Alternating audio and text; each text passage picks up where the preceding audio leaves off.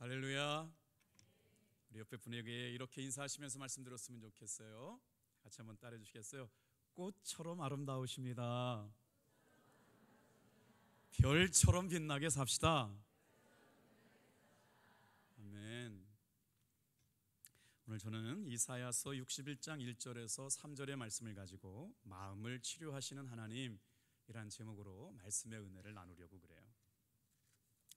아프리카 한 어느 지방에 부족 중에 아주 용한 점쟁이가 살았답니다. 얼마나 용한 점쟁이였든지요, 매년 그 사람은요, 당신 올해 너 죽을 거야 라고 얘기하면 나이가 많든지 나이가 적든지 그 무당이 죽겠다고 얘기한 사람은 여지없이 죽었다는 거예요. 그래서 얼마나 그 무당을 무서워하는지 그 마을 사람들은 무당을 마치 신처럼 여기며 살았다는 것이죠. 근데 궁금한 점이 생기더랍니다. 도대체 저 무당은 어떤 힘을 가지기에 그해 죽겠다고 예언하면 반드시 다 그렇게 죽게 되는 일들이 일어날까요? 그랬더니 결과가 별건 아니더랍니다. 그해 무당이 죽을 사람이라고 지목한 그 사람은 그날로부터 삶의 의욕을 잃어버리고 시름시름 아파가다가 식욕을 전폐하고 먹지도 못하고 그렇게 죽었다는 것이죠. 사랑하는 성도 여러분, 사람의 마음이 이렇게 연약해요. 누구의 말을 따라 사느냐, 누구의 말을 믿고 따라가느냐에 따라서 살기도 하고 죽기도 합니다. 오늘 이 예배 시간에 나와 있는 사랑하는 성도 여러분, 진리의 말씀을 믿으십시오. 생명의 말씀을 붙드십시오. 치료하시고 은혜 베풀어 주신 하나님의 은혜 가운데 머물러 있기를 축복합니다. 오늘 그 연약한 마음을 간직한 채 살아가는 우리들에게 하나님께서는 700년 전에 활동했던, 예수님이 오시기 전에 700년 전에 활동했던 이사야 선지자를 통해서 오늘도 마음을 치료하시겠다고 말씀하고 있습니다. 현대인들은 누구에게 말하지 않았지만 마음속 깊은 곳에 아픔과 상처를 간직한 채 살아가죠. 아무도 모르게 간직할 수 있다고 생각하지만 그렇지 않습니다. 한 집에 사는 가족에게도 말하지 않은 비밀이 있고요, 정말 사랑하는 배우자에게도 자신이 간직한 아픔을 이야기하지 못하고 살다가 그것으로 인해서 무의식 속에 남아있는 아픔과 상처로 인하여 오늘을 살고 있는 내가 어려움을 당하고 있는 일도 많이 보고되고 있습니다. 자, 이때 우리의 삶에 마음을 고치시는 하나님께서는 어떻게 우리의 마음을 고치신다고 얘기할까요? 오늘 이 예배에 나와 있는 사랑하는 성도 여러분, 마음을 고치시는 하나님이 오늘 저와 여러분들을 만나주시려고 불러주신 줄로 믿습니다. 맥스 루케이드라고 하는 목사님이 쓰신 책 중에 이런 책이 있어요. 하나님, 저도 고칠 수 있나요? 인생을 살아가면서 마음의 병이 들었습니다. 육체의 질병이 들었고요, 안목의 정욕과 이생의 자랑에 휩싸여 살다 보니까 여러 가지 수치심과 안타까운 마음으로 병이 들어있는 나 같은 연약한 사람도 하나님 고치실 수 있냐고 묻고 있는 거죠. 그랬더니 하나님, 나는 이런 연약함 때문에 하나님 앞에 나아갈 수 없는 사람입니다 라고 고백하는 그 사람에게도 하나님은 치료하시겠다고 이사야 선지자를 통하여 이미 말씀하시고 선언하신 줄로 믿기에, 오늘 이 예배 가운데 있는 사랑하는 성도 여러분, 이 말씀 붙잡고 주님을 사랑하며 나아가는 저들에게 예수님 안에 거할 때마다 놀라운 여러분 치유와 회복을 주실 줄 믿는 분만 아멘 해볼게요. 할렐루야. 어떻게 고치실까요? 오늘은 사람의 마음에 관한 말씀을 묵상해 보려고 그래요. 자, 오늘 본문의 표제어가 이렇게 시작됐어요. 아름다운 소식을 전하게 하려 하심이라. 하나님께서 오늘 우리의 마음을 고치시면서 우리에게 놀라운 선물을 주시게 되는데, 이사야 선지자는 주님의 영을 받고 나서 이렇게 선포하기 시작한 거지요. 하나님은 우리의 삶을 고치시는 분이다. 어떻게 고치시는지 오늘 세 가지를 묵상할 텐데, 첫 번째 한번 따라해 주실래요? 예수님을 믿고 의지할 때 고쳐주십니다. 이사야 선지자가 예수님을 어떻게 표현하냐면요, 예수님은 주님이시다, 예수님은 구원자이시다, 예수님은 메시아이시다 라고 선포하기 시작해요. 예수님이 인간의 몸을 입고 오시기 전에 하나님의 구속사적인 관점에서 예수님이 오시기 전 700년 전에 이미 선포된 말씀이거든요. 그런데 그 오실 메시아는 어떤 분이냐? 하나님의 아들로 오시는 분이래요. 인간의 육신의 몸을 입고 오시기에 우리의 아픔과 상처를 넉넉하게 하실 뿐만 아니라 고치실 수 있다고 말씀하시네요. 그 예수님을 소개하는 말씀 우리가 잘 읽었지만 에스겔이 성령으로부터 들려주시는 음성을 받았습니다. 오늘 이 말씀을 읽을 때에도 우리 마음에도 동일한 역사가 일어나기를 사모하면서 1절 말씀 천천히 한번 읽어볼게요. 시작. 주 여호와의 영이 내게 내리셨으니 이는 여호와께서 내게 기름을 부으사 가난한 자에게 아름다운 소식을 전하게 하려 하심이라. 나를 보내사 마음이 상한 자를 고치며 포로된 자에게 자유를, 갇힌 자에게 노임을 선포하며. 자, 놀라운 은혜가 아닐 수가 없어요. 우리 교회에서 4월 한 달 행축 선포주의를 했죠. 그러면서 깃발도 하고 흔들고 우리 속회별로 다 나와가지고 1교구 2교구가 여러분 마음속에 하나님께서 예배드려 주신 영혼들을 이름을 써서 내보고 기도하자고 말씀을 드렸는데, 우리 탑동교회 성도님들이 얼마나 영혼 사랑의 마음이 큰지 말이에요. 지난주까지 533명을 작정하셨어요. 여러분 이제 궁금하실 거예요.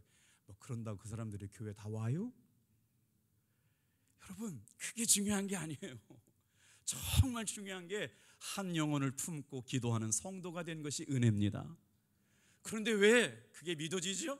하나님께서는 그렇게 하신 우리 교회를 통하여 예비된 사람들, 준비된 사람들, 잃어버린 영혼들을 구원하시고 치유하심을 보게 하실 줄로 믿습니다.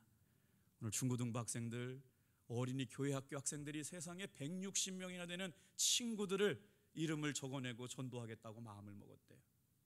우리 선생님들이 전도하기 위해서 학교에 나갔더니 왜 탑동교회는 이 시국에 전도하냐고요? 민원이 막 발생되고 있어요.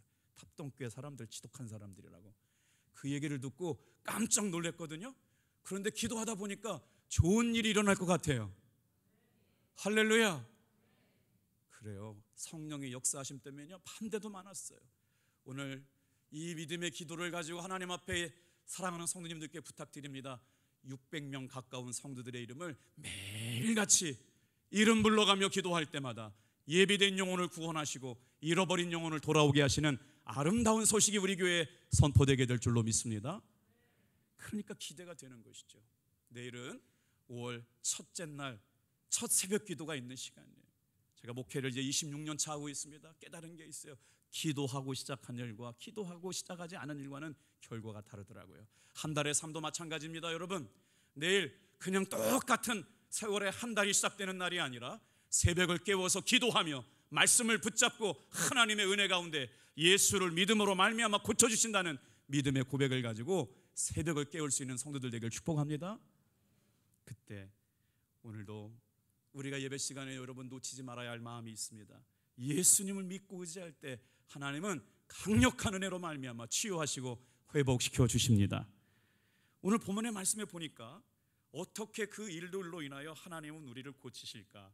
성령을 통해서 하나님은 우리를 고치신대요.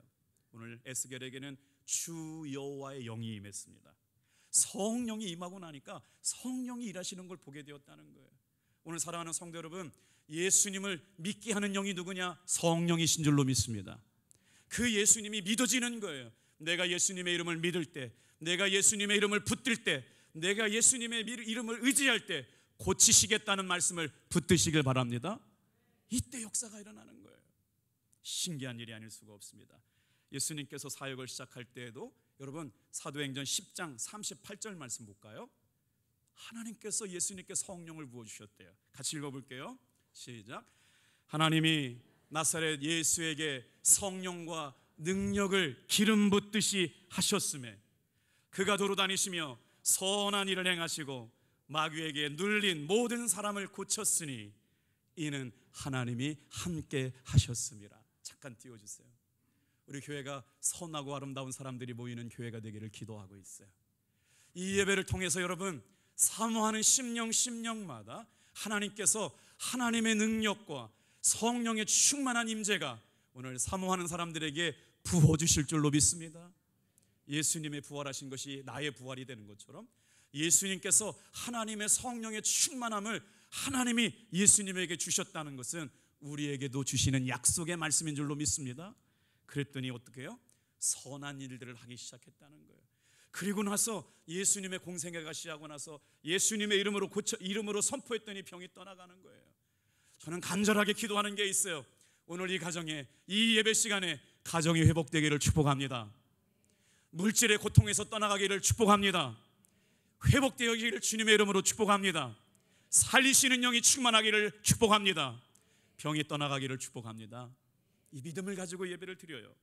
오늘 이 말씀에 보니까 성령은 치유하시는 영이랍니다. 우리의 연약함을 도우시는 영이에요. 또한 성령님은 우리를 살리시는 영입니다. 로마서 8장 11절 말씀 같이 한번 읽어볼게요. 자, 시작. 예수를 죽은 자 가운데서 살리신 이의 영이 너희 안에 거하시면 그리스도 예수를 죽은 자 가운데서 살리신 이가 너희 안에 거하시는 그의 영으로 말미암아 너희 죽을 몸도 살리시리라. 아멘입니다. 너희 죽을 몸도 살리시리라. 예배 시간마다 하나님께서 성령 안에 거하고 예수님의 이름을 믿고 의지하는 그들을 통해 고쳐주신다는 약속이 이미 예수님이 오시기 전에 700년 전에 선포하신 말씀이라고요. 오늘 우리가 예배를 드린다는 건 뭘까요? 예수님의 이름을 믿고 예수님의 이름을 붙들고 예수님의 이름을 의지해서 여러분 예배하고 기도하고 사모할 때 그 말씀이 나에게 이루어지는 레마의 말씀이 될 줄로 믿습니다. 예배 시간을 드릴 때마다 이런 생각이 들어요. 누구에게는 간절한 사모함이 있습니다.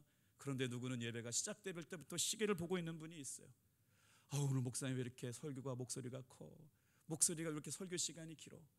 여러분 그래봤자 설교 35분밖에 안 됩니다. 그런데 어느 순간 우리는 예배가 시작되면 예배가 길다고 생각합니다. 걱정하지 마세요. 1시간이 되면 다 예배는 끝납니다. 그런데 안타까운 일이 있어요. 저는 이 시간이 하나님이 치유하시는 시간이고 하나님이 회복시키시는 시간이고 하나님께서 고치시는 시간이고 새롭게 하는 시간이기에 이 시간에 목소리가 커지더라도 용서해 주시길 바랍니다. 제가 사실 잘 안 들려요. 목소리가 커지고 있을 때 모니터가 저를 도와주긴 하지만요, 간절한 마음을 봐주시길 바라요. 하나님은 우리를 어떻게 고치시느냐? 저는 이 말씀을 묵상했어요. 다 같이 한번 따라하겠습니다. 예수님을 믿고 의지할 때 고쳐주십니다. 할렐루야. 그래요. 오늘 우리가 신앙생활하면서 한 교회 안에 머물러 있을 수 있다는 게 얼마나 감사합니까? 제가 이제 50이 넘어가고서요, 철들었어요. 하루하루가 얼마나 인생이 감사한지 모르겠어요. 제 친구들이 하나씩 죽기 시작해요. 제 사랑하는 주변의 이웃들도요, 잠깐 왔다 간다는 걸 실감하고 살아가요. 그래서 어제는 새벽 기도를 드리면서 너무나 감사했어요. 하나님 생명 주신 게 감사해요. 오늘 사랑할 수 있게 해주셔서 감사해요. 교회를 주신 게 감사해요. 성도를 주신 게 감사해요. 할렐루야. 앞으로 10년, 20년, 30년, 100년 살 것 같지만 하나님께서 오늘 나에게 하루 주신 날 예수님의 사랑과 은혜 가운데 머물러 있을 때 고치시고 회복하시는 말씀을 붙드시길 바랍니다. 자, 두 번째요. 하나님은 우리를 마음을 어떻게 고치시는 분일까요? 다 같이 한번 따라 읽겠습니다. 시작. 마음에 숨은 사람을 아름답게 단장할 때 고치십니다. 공과를 쓰다 보니까 돼지 잡는 걸 굉장히 연습을 많이 하고 노력을 많이 하고 있어요. 설교 시간에 들려주는 설교를 하려고요, 수도 없이 원고를 썼다 지웠다 하면서 저 말씀이 제 마음속에 너무 큰 은혜가 됐어요. 사도행전을 여러분 수요일 날 말씀 나누고 있거든요. 여러분 교회는요, 말씀과 기도로 거룩해져 가는 곳인 줄로 믿습니다. 신앙생활이 나태해졌거나 해해졌거나 기쁨을 잃어버렸다면 수요일 날 나와서 사도행전 말씀을 들으시길 바랍니다. 제가 이렇게 힘이 난 건요, 사도행전 말씀 듣다가 힘이 난 거예요. 성도들에게 힘은 말씀의 힘인 줄로 믿습니다. 그런데 말이에요, 사도행전을 묵상하다가 놀라운 은혜를 발견했어요. 베드로 설교를 듣다가 그런 거거든요. 베드로전서 3장 3절 말씀 좀 같이 읽어볼게요. 여기에 마음에 숨어있는 사람을 다스려야 된대요. 읽어볼게요. 시작. 너희의 단장은 머리를 꾸미고 금을 차고 아름다운 옷을 입는 외모로 하지 말고 오직 마음에 숨은 사람을 온유하고 안정한 심령에 썩지 아니할 것으로 하라. 이는 하나님 앞에서 값진 것이니라. 신앙생활하는 여러분 썩지 않게 되길 바랍니다. 아무리 치장해도 그것은 헛된 것이에요. 대한민국은 외모 지상국가입니다. 놀랍게도 아름다워지는 곳에 어마어마한 돈을 투자하죠. 외부의 스펙을 쌓는 일에 모든 열정을 시킵니다. 이제는 서울에 있는 스카이 대학을 가기 위해서는요, 초등학교 4학년 때부터, 아니 유치원 때부터 영어 학원을 다녀야 된다는 거예요. 그 서울대학교를 가기 위해서는 교육 스케줄을 따라가지 않으면 갈 수 없는, 여러분 인서울 할 수 있는 게요 50만 명 중에 5만 명밖에 안 돼요. 반에서, 그러니까 그렇게 어려운 시대를 살고 있단 말이에요. 그러니 누구나 다 여러분 100등 안에 10명까지 어떻게 되는 거예요? 5만 명 중에 한 명밖에 50만 명 중에 5만 명밖에 인서울 할 수가 없어요. 그런 지방대에 나온 사람들은 다 인생의 루저인가요? 그런데도 우리 학생들은 다 그렇게 줄 서 있는 것이죠. 제가 말씀을 준비하다가 혹시 일본어 히키코모리라고 하는 말 들어보셨나요? 알고 계시는 분들이 계시네요. 히키코모리라고 하는 말은 회피성 성격 장애를 가진 사람들을 말합니다. 문자 그대로 해석하면 틀어박혀 있는 사람쯤 되죠. 집에 틀어박혀서 사회의 접촉을 끊고 사는 사람들을 가리켜서 하는 말인데, 우리나라에서는 이 히키코모리라고 하는 말을 은둔형 외톨이라고 해석했는데요, 사실 아직까지 정확한 개념이 정립된 것은 아니지만 여러분의 자녀들 가운데 5월 안에 이런 자녀가 있는지 살펴보시길 바랍니다. 히키코모리라고 하는 진단을 받기 위해서는요, 자신의 방에 들어가서 나오지 않은 지가 3개월에서 6개월 동안 되는 사람을 히키코모리라고 진단한다는 거예요. 그런데 이 사람들이 왜 어쩌다가 이렇게 숨어버리게 된 걸까요? 불안과 우울증을 호소합니다. 밖으로 나가면 위험하다고 판단했기 때문에 방 안에 머물러 있게 됩니다. 일본에서는 이렇게 신조어가 생길 만큼 히키코모리 문제는 여러분 대단한 사회적 문제가 되었습니다. 통계해 보니까 일본에서 15세에서 39세의 히키코모리를 조사했더니 몇만 명이나 되느냐, 은둔형 외톨이가 몇만 명이냐, 54만 명이라고 하는 자료를 제가 최근 설교를 준비하면서 찾아봤거든요. 그런데 39세가 아니라 40세의 성인까지를 찾아보니까 놀랍게도요, 히키코모리에 해당하는 사람들이 100만 명에 이르게 된다는 연구 결과가 나왔더라고요. 그러니 이 얼마나 대단한 일이에요. 제가 강원도에 살았는데 강원도, 강릉, 원주, 춘천을 합쳐야 거의 100만 명 되는데 강원도 전체에 해당하는 한 도가 히키코모리병에 빠져 살고 있다는 것이죠. 은둔형 외톨이. 그럼 우리 대한민국은 건강하기 때문에 괜찮을까요? 대한민국 자료를 설명해 드려 볼게요. 대한민국의 공식적인 자료는 아니지만 대한민국 약 40만 명의 청년들이 은둔형 외톨이의 삶을 살고 있다는 거예요. 왜 이들은 은둔형 외톨이가 되었을까요? 개인적으로는 정신적인 피폐가 되고 자신의 생계조차도 해결하지 못하는 사람들이 히키코모리의 삶을 살고 있는데, 이들이 삶이 계속 진행되다 보면 우울증이나 관련 범죄나 극단적인 자살을 하게 되는 우울한 삶의 인생으로 마감하고 있다는 비극적인 소식인 거예요. 최근에 이 일로 인해 가지고 서울시에 있는 청년 미래기획단에서 은둔형 외톨이에 대한 조사를 하고 결과를 발표했거든요. 아주 최근 자료예요. 서울에 거주하는 청년 중 은둔과 고립에 빠져있는 청년 비율이 4.5%에 해당한다는 거예요. 그러니까 100명 중 4명, 5명의 청년들이 집에 들어가서, 자기 방에 들어가서 3개월에서 6개월 동안 밖으로 나오지 않는 청년들이 서울에만 13만 명 정도가 있다는 거예요. 그거를 전체 인구 비율로 환산해 보니까 대한민국에 여러분 61만 명 정도의 히키코모리, 은둔형 외톨이가 존재하고 있다는 겁니다. 왜 이렇게 되었을까요? 그래서 연구 결과가 이제 해석을 했거든요. 설문과 리서치를 분석을 했는데, 대한민국을 살아가는 청년들이 이렇게 은둔형 외톨이가 되었던 이유는 단 한 가지래요. 실직과 취업의 어려움 때문에 실패할까 두려워서 45.5%가 은둔형 외톨이가 되었다. 또 두 번째 이유로는 심리적으로 정신적으로 어려움을 겪고 있는 40.9%의 청년들이 너무나도 살아가기가 어렵다는 거예요. 살아가기가 힘들다고 여겨가지고요, 자신의 삶에 스스로 이겨나갈 만한 능력이 없어서 마음의 연약함 때문에 은둔형 외톨이가 되었다는 거죠. 또 40.3%는요 인간관계 맺는 것이 너무나 힘들다라고 하는 거예요. 사랑하는 성도 여러분, 우리가 살고 있는 대한민국이 어쩌다 이런가요? 나라의 미래이고 짊어져야 될 청년 세대가 거의 100만 명, 60만 명 가까운 사람들이 여러분 은둔형 외톨이가 되어서 살아간다는 건 비극이 아닐까요? 무엇이 이렇게 우리 청년들의 마음을 막 약하게 만들었을까요? 자, 오늘을 살아가고 있는 청년들의 슬픈 자화상이기도 합니다. 예수 믿는 부모님들이 자녀들을 위해 기도해야 할 이유가 분명합니다. 그래서 여러분, 오늘 우리가 살아가고 있는 사람들의 상처는 분명합니다. 상처 없는 사람이 없죠. 그럼에도 불구하고 오늘 베드로 사도가 성령에 충만해서 성령에 충만한 말씀을 가지고 말씀하고 있는 겁니다. 다 같이 한번 따라합시다. 마음에 숨은 사람을 아름답게 단장할 때 고치십니다. 무슨 말씀이에요?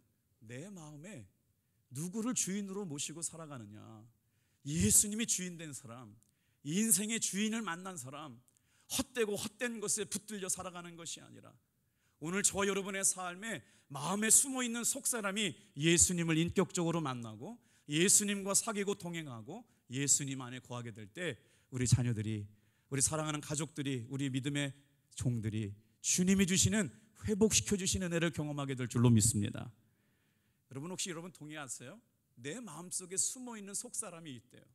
제가 말씀을 준비하면서 너무나 무릎을 쳤어요. 여러분 이렇게 청년들이 밖으로 나오지 못하는 이유는 단 한 가지 아닐까요? 그들의 마음이 무너졌기 때문에 그래요. 그들의 마음이 병들었기 때문에 그래요.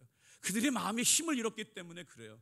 우리 교회가 오늘 선하고 아름다운 사람들이 모이는 답동교회가 과감하게 5주가 들어있는 날은 주일 오후 예배를 예배당 안에서 드리지 않고 담장을 넘어 선교회별로 모이기를 선언하고 오늘 첫 번째 시간을 갖습니다.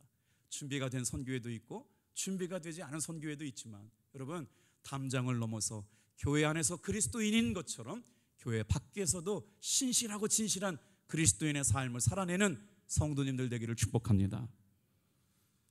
다 같이 한번 따라해 주시겠어요? 주여, 오직 마음에 숨은 사람을 아름답게 단장하게 도와 주시옵소서. 성령의 충만함을 통해서 사도 베드로가 이제 설교하기 시작하는 내용들이 사도행전 2장부터 시작되잖아요. 그런데 놀랍게도 베드로전서 3장 3절 말씀에 숨어있는 마음을 단장하래요. 숨어있는 사람을 단장하라 하고 있는 이유가 뭘까요? 다음 주일은 우리 교회학교 중고등부, 청년부, 노년부, 장년부가 다 함께 모여서 2부 예배로 전세대 통합 예배를 드려요. 아마 소란스러울 수도 있겠습니다. 교회학교 어린이들이 100명까지 같이 와서 예배를 드리니까요. 1부 예배를 드리지 않는 이유는 2부 예배를 통해서 전 세대가 함께 모여 할머니, 할아버지, 아버지, 어머니, 선생님들 다 같이 예배를 드릴 건데 다소 소란스럽더라도 왜 일이 중요한지 여러분 아시죠? 우리 교회가 예수님 안에서 한 가족 되었기 때문인 줄로 믿습니다. 저는 교회학교 출신이에요. 교회학교를 6년 동안 개근상 받았습니다. 안 빠졌어요. 초등학교 6학년 동안 개근상 받았거든요. 그런데 초등학교 교회학교 교육이 왜 중요한 줄 아세요? 제가 아무리 생각해봐도 이 찬양은 12살 때쯤 배운 것 같아요. 미스터 사탄 내게 찾아와 하는 말 들어가도 되나요? 안 배우셨어요? 저만 배우나요? 이 찬양을 말이에요. 언제 배웠는지는 모르겠는데 그냥 마음에 새겨졌어요. 미스터 사탄 내게 찾아와 하는 말 들어가도 되나요? 안 돼! 뭐 이렇게 하잖아요. 지금 여러분 표정 보니까 막 들어와 다 마음만 열어주실 것 같으면 이거 웬일이에요? 우리 마음속에는 초대하지 않아도요 환경과 조건과 때만 맞으면 사탄이 마음문 열고 들어와서 하나님이 주시는 기쁨, 하나님이 주시는 즐거움, 하나님이 주시는 은혜를 다 가지고 가버렸다고요.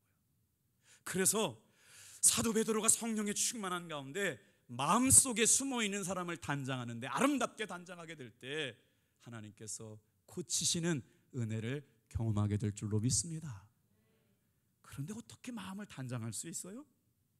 그 사람의 생각이 어떠한가가 그 사람의 마음과 됨됨이를 결정합니다. 하나님께서는 외모로 사람을 판단하지 않으시고 사람의 중심을 보시고 오늘 은혜를 주시는데, 두 구절의 말씀을 같이 한번 읽어볼게요. 잠언 23장 7절 말씀 먼저 읽어볼게요. 시작. 대저 그 사람의 그 마음의 생각이 어떠하면 그 위인도 그러한즉 나 그의 마음은 너와 함께 하지 아니함이라. 함께 하고 있는 사람이라도요, 마음이 함께 있지 않는 사람이 있을 수 있다는 거예요. 지금 나랑 웃고 있고 나랑 행복하게 이런저런 얘기하고 있는데 그 사람의 마음은 다른 데 있으니까 조심하라고요.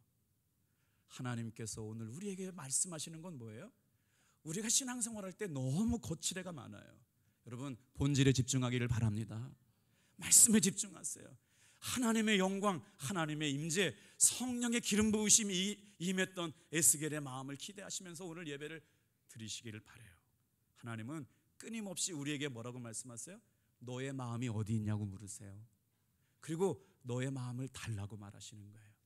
예배가 뭘까요? 우리의 마음을 하나님 앞에 드리는 시간인 줄로 믿습니다. 그래서 사무엘상 16장 7절 말씀에도 또 이렇게 말씀하셔요. 내가 보는 것은 사람과 같지 아니하니 사람은 외모를 보거니와 나 여호와는 중심을 보느니라. 오늘 이 예배 시간 하나님께만 오직 중심을 드리시는 여러분 되기를 축복합니다. 우리 옆에 분한테 한번 인사하겠어요? 참 착하게 생기셨습니다. 제가 말씀을 묵상하다가 내 마음에 숨어있는 사람을 생각했어요. 동의하지 않으시는 분들이 많으시네요. 그렇잖아요. 내가 오늘 어떤 마음을 가지고 살아가느냐에 따라서 내 삶의 열매가 달라져요. 좋은 마음을 품고 살아가는 사람은 좋은 사람 됩니다. 악하게, 나쁘게, 여러분 표독스러운 마음 가지고 살아간 사람은 악한 사람 됩니다. 다른 사람을 굳이 짓밟고 이겨야 된다는 마음을 갖고 있는 것, 그 마음의 결과로 인생은 피곤해지기 시작하죠. 겸손한 마음을 가지고 살아가는 사람들은 겸손한 인생을 살게 됩니다. 교만함이 가득한 사람은 교만한 삶의 열매를 맺고 살아가죠. 그러나 우리 탑동교회에서 나와서 예배드리는 사랑하는 성도 여러분, 겸손하고 온유하며 사랑의 마음으로 살아가시기를 축복해요. 그 사람은 그런 사람이 되는 거예요. 경건한 마음을 가지고 살아가는 사람은 경건한 삶의 열매를 갖습니다. 더럽고 음란하고 부패한 마음을 가지고 거짓된 마음을 가지고 살아가는 사람은 그 마음의 생각대로 삶의 열매를 따라가기 때문에 그렇죠. 오늘 저와 여러분들이 선하고 아름다운 사람들이 모이는 교회라고 이야기하는 것은 그 마음의 결심 따라 우리의 삶의 열매도 그와 같아지게 될 줄로 믿습니다. 그래서 하나님은 사람을 외모로 판단하지 아니하시고 중심을 보신다는 거예요. 오늘 하나님은 우리의 마음의 병을 어떻게 고치실까요? 놀랍게도 700년 전 이사야 선지자를 통해서 이미 고치시겠다고 선언했기에 예수님의 이름을 믿으십시오. 예수님의 능력을 의지하십시오. 예수님의 이름을 붙드십시오. 고치실 줄로 믿습니다. 내 마음에 있는 속사람을 고쳐놔야 돼요. 아름다운 마음으로 단장시켜줄 때 예수님의 이름의 능력, 성령님의 도우심과 치료하심이 나타나게 될 줄로 믿습니다. 왜 이렇게 오늘 인생을 살아가는 사람들이 힘들다고 얘기하는 사람들이 60만 명, 일본에는 100만 명이나 가까울까요? 마음의 주인 제대로 만나지 못한 것 아닙니까? 인생의 주인을 제대로 찾지 못하고 살아가는 것 아닙니까? 마음에 병이 들어서 그렇습니다. 오늘 이 예배 시간에 있는 사랑하는 성도 여러분은 오직 예수님 안에 거하여 있기를 축복합니다.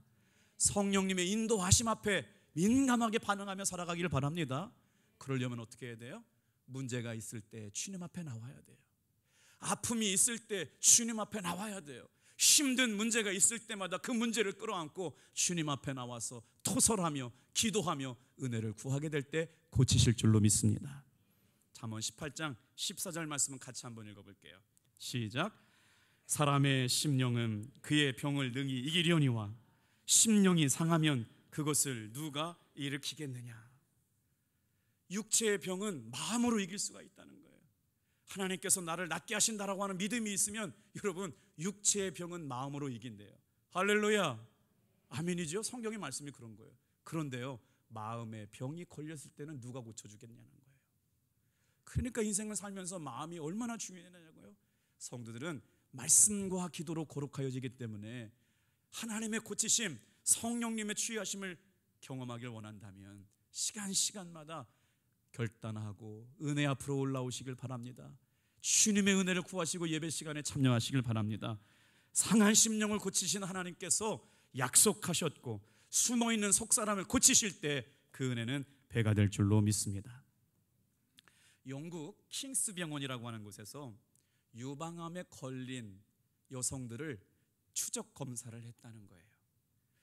암으로 판정된 사람들이 향후 암에 어떻게 대처하느냐에 따라서 그 사람의 수명이 달라지게 되었대요.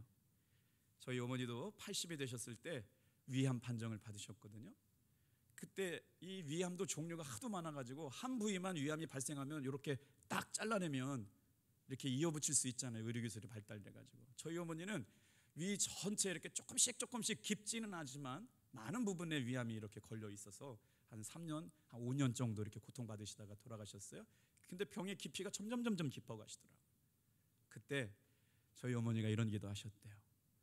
암에 걸려서 항암 투여하시고 방사선 치료하시면서 얼마나 고통스럽든지 병상에 앉으셔서 하나님, 우리 사랑하는 자녀들에게는 이 아픈 암 안 걸리게 해주세요. 이게 우리 어머니 마지막 천국 갈 때까지 기도 제목이었어요.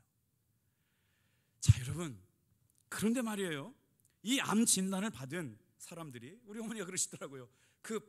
당신은 암입니다라고 하는 평가를 받았을 때 하늘이 도래지더래요. 얼마나 힘들었는지를 말씀해 주고 있는 것이죠. 우리 성도님들 가운데도 항암 투여하고 계시는 분들 계시죠? 한 번 더 손잡아 주시고 한 번 더 기도해 주시고 위로의 말씀 전해 주시길 바랍니다. 그런데 암 진단이라고 하는 삶의 좌절을 죽음 앞에서 만난 사람들의 두 가지 반응이 있었다는 거예요. 이젠 내가 죽게 되었구나, 나는 이제 내 삶 끝났구나. 그 암을 자신의 운명으로 받아들인 사람들은 80%가 5년 안에 다 죽었답니다. 그런데 하나님이 치료하여 주실 거야, 예수님의 보혈의 능력으로 고침받게 될 거야, 내가 예수님을 기뻐하시는 삶을 살아낼 거야, 이 병도 이 암도 이겨낼 수 있어, 아멘 하고 암과 싸우기를 결단한 사람들은요 5년 이상의 생명 연장하게 되었다는 연구 결과 보고서가 있더라고요. 여러분, 목사님 말이니까 그렇게니 아니에요. 예수님께서 치유하실 때 어떻게 말씀하셨는지 여러분 기억하시길 바라요. 다 같이 한번 따라합시다. 내 믿음대로 될지어다. 내 믿음대로 될지어다. 오늘 시간도 마찬가지입니다. 예수님의 이름을 의지하고 예수님 안에 있고 예수님이 일하시는 동안에 성령님이 곁에 서서 도우심을 믿는 그 믿음이 너의 믿음대로 될지어다. 할렐루야. 그 믿음이 살리시는 거예요. 하나님은 우리의 마음을 알고 계십니다. 우리의 마음을 더 깊이 받기를 원하시는 거예요. 그래서 말씀을 묵상하다가 이런 연약한 형편, 이런 아픈 형편, 도대체 이러지도 못하고 저러지도 못한 상처받고 무너진 마음을 하나님께서는 어떻게 고치시느냐? 동일하게 이사야 선지자에게 영이 임했던 것처럼 에스겔 선지자에게 하나님의 영이 임하고 나서 이렇게 말씀해 주셨어요. 하나님은요 우리 마음을 이렇게 고치시겠답니다. 에스겔서 11장 19절 20절 말씀이에요. 같이 읽어볼게요. 시작. 내가 그들에게 한 마음을 주고 그 속에 새 영을 주며 그 몸에서 돌 같은 마음을 제거하고 살처럼 부드러운 마음을 주어 내 율례를 따르며 내 규례를 지켜 행하게 하리니 그들은 내 백성이 되고 나는 그들의 하나님이 되리라. 어떻게 고치신다고요? 다 같이 한번 따라해 볼게요. 한 마음을 주시고 새 영을 주시고 돌 같은 마음을 부드럽게 하여 주셔서 고치신다. 예배 시간에 하나님 사랑합니다, 예수님 사랑합니다, 성령님 의지합니다, 이 공간에 임하여 주셔서 내 마음을 고쳐주시옵소서. 사모하고 기대하고 기다리면서 주님의 능력을 기대하는 사람들에게 성령님은 어떻게 고치시느냐? 여러분, 한 마음을 주신대요. 주님이 하시면 내가 살지, 주님이 고치시면 내가 고침받지, 주님이 하시지 믿고 의지할 때마다 새 마음 주시고 부드러운 마음 주시고 새 결단하게 하시고 살리시는 영이 충만하게 임하게 될 줄로 믿습니다. 시편 107편이에요. 9절 말씀. 하나님은 사모하는 영혼을 만족해 하시며 좋은 것으로 채워 주십니다. 오늘 이 시간 사모하는 영이 뭐예요? 하나님께서 내 마음, 내 아픔, 내 상처 눈물을 닦아주시고 회복시키시고 고치시겠다는 믿음을 붙들고 사는 저와 여러분들에게 주신 은혜가 분명히 믿습니다. 3절 한번 읽어볼까요? 자, 이제 결론이에요. 다 같이 한번 따라해 보겠습니다. 상처가 별이 되게 하심으로 고치십니다. 3절 말씀 읽고 이제 마칠게요. 시작.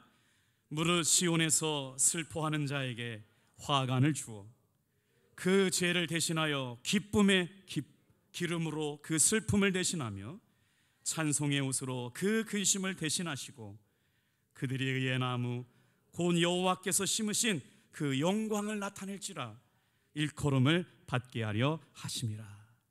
마지막으로 옆에 분하고 선포하며 나가겠습니다.